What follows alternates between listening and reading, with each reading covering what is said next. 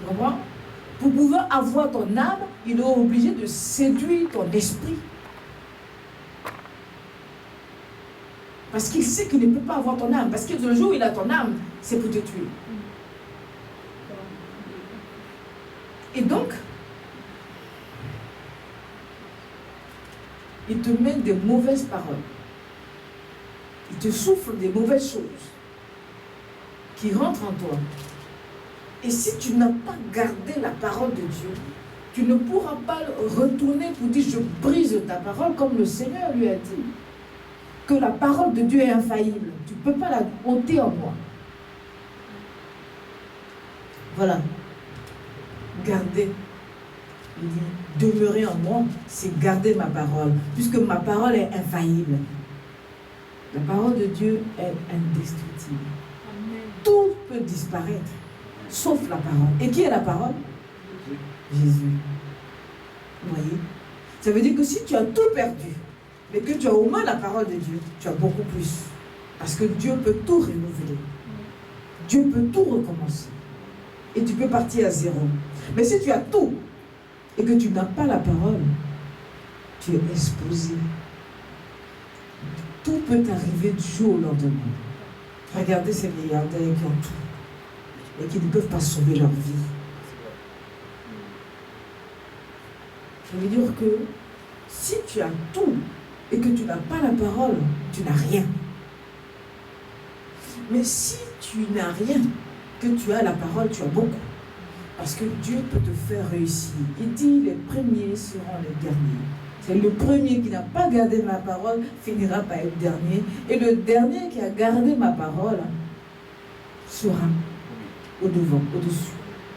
Dieu n'a pas dit que le chrétien sera misérable. Jamais. Puisque chrétien veut dire Christ. Christ n'est pas misérable. Si l'état de chrétien est misérable, c'est parce qu'il ne garde pas la parole, il n'expérimente pas la parole, il ne glorifie pas la parole, il n'élève pas la parole, il ne parle même pas de la parole, il ne jouit pas de la parole. Donc c'est pas Dieu. Et c'est vous.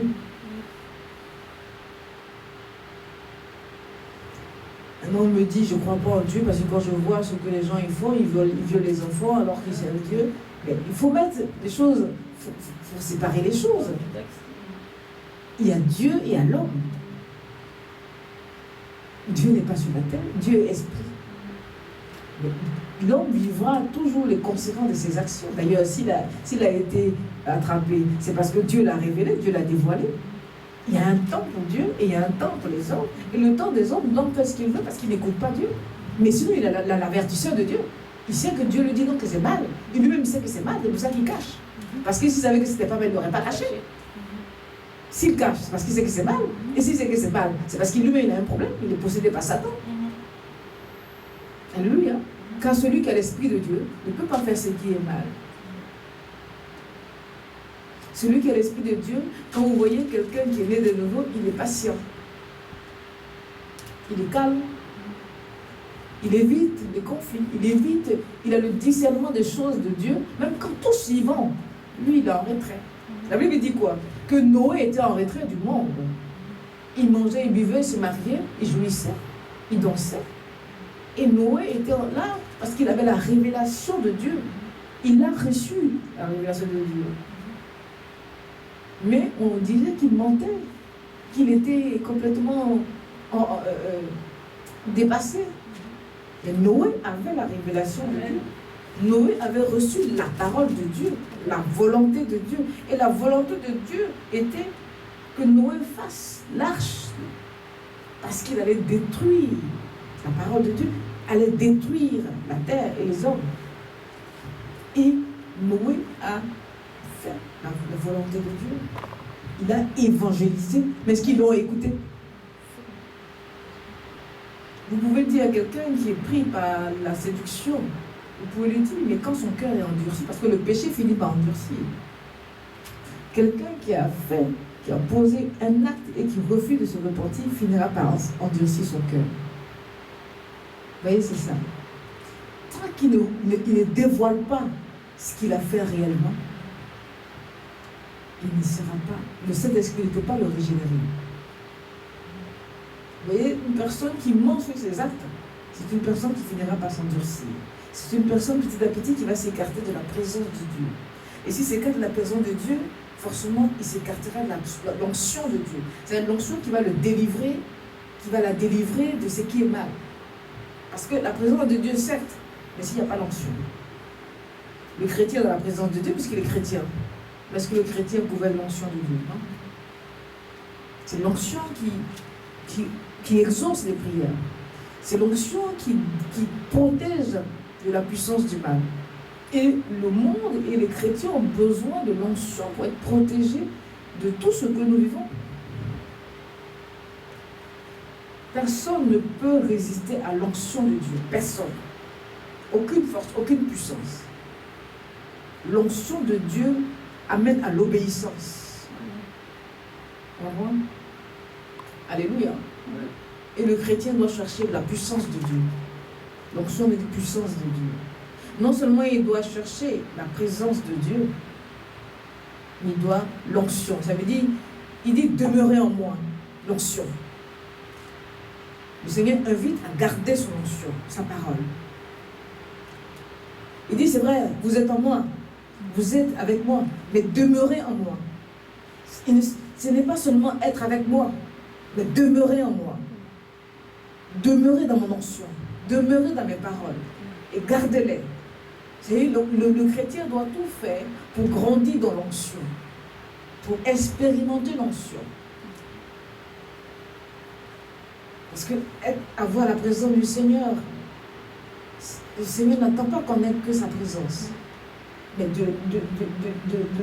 d'expérimenter sa présence, afin que beaucoup soient sauvés. Ça veut dire qu'il nous faut un engagement, un don de soi.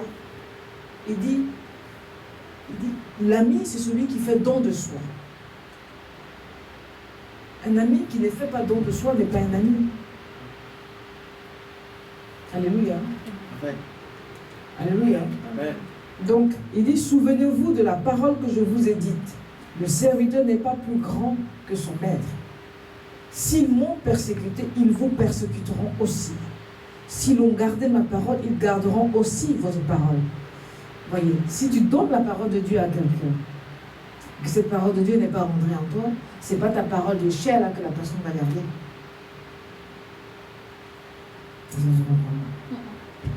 Est-ce qu'on se comprend? Si tu donnes la parole de Dieu à quelqu'un, tu donnes la parole de Dieu à quelqu'un. Tu donnes la parole de Dieu pour que la personne soit sauvée. C'est pas en invitant la personne dans d'autres choses pour croire que tu pourras la tirer vers toi que la personne sera sauvée. Parce que déjà la parole que tu lui donnes qui a une puissance, elle n'a pas accepté. C'est pas en l'invitant à manger qu'elle va accepter. Est-ce qu'on se comprend? C'est pas en lui donnant des cadeaux qu'elle va accepter la parole. Non. C'est pas en la séduisant. Non. C'est tu lui as donné la vérité. Elle n'a pas accepté la vérité. Donc ça veut dire que vous êtes tous les deux dans la séduction parce que quoi que tu fasses en dehors de la parole de Dieu, elle n'acceptera pas. Elle essaie de changer. Est-ce qu'on se comprend? Ça veut dire que quand tu amènes une personne à l'édification et que tu vois que les paroles de la personne ne viennent pas vers le Seigneur, c'est-à-dire que tu perds ton temps. De lui dire, bon, je vais faire ça, je vais faire ça, je vais faire ça, peut-être. Non. Ce n'est pas de ça qu'elle a besoin. Elle a besoin de recevoir la parole régénératrice pour qu'elle soit sauvée. Tu n'as pas besoin d'avoir le plus grand chanteur dans ton église pour que les choses, les âmes viennent. Non. Tu as besoin d'être dans la vision du Seigneur. Tu peux avoir beaucoup d'âmes parce que tu as un objectif humain. Mais ce qui est important, c'est la parole de Dieu que tu donnes pour les amener à changer. Parce que tu n'es pas chez eux à la maison. Tu ne sais pas ce qu'ils font quand ils sortent de l'église. Tu dois leur donner des avertissements à chaque fois qu'ils sont dans ta présence, ces gens. Et c'est ça la parole de Dieu. Elle nous conduit, elle nous enseigne, elle nous instruit comment marcher sur la voie du salut. Il dit demeurer en moi. Le cep veut qu'on s'attache comme des sarments. Si on se détache, alors le feu Le Satan sera derrière nous pour nous troubler. Il veut nous jeter. Amen. Et ça fait mal de voir une personne qui a goûté le Saint-Esprit et d'être attirée par la séduction. C'est-à-dire qu'on ne peut pas lui donner la présence du Seigneur. Et c'est ça qui fait mal. C'est la personne même qui doit venir vers le Seigneur. On ne peut que lui donner de l'instruction pour dire ah, ce que tu fais, c'est pas bien, viens vers le Seigneur. Il peut te sauver. Mais il y a une condition. C'est de libérer ce qui est caché. Ce qui est caché, c'est un venin que Satan met en toi pour ne pas que tu sois sauvé. Parce qu'il suffit que cela sorte de toi et tu deviens une nouvelle personne. Et lui il te dit non, ne dis pas, ne dis pas, ne dis pas, n'avoue pas, ne dis pas, ne dévoile pas, ne dis pas, garde, garde, garde. Parce que c'est l'empreinte à laquelle il te reconnaît, il te tient. Le péché, c'est une odeur que Satan aime.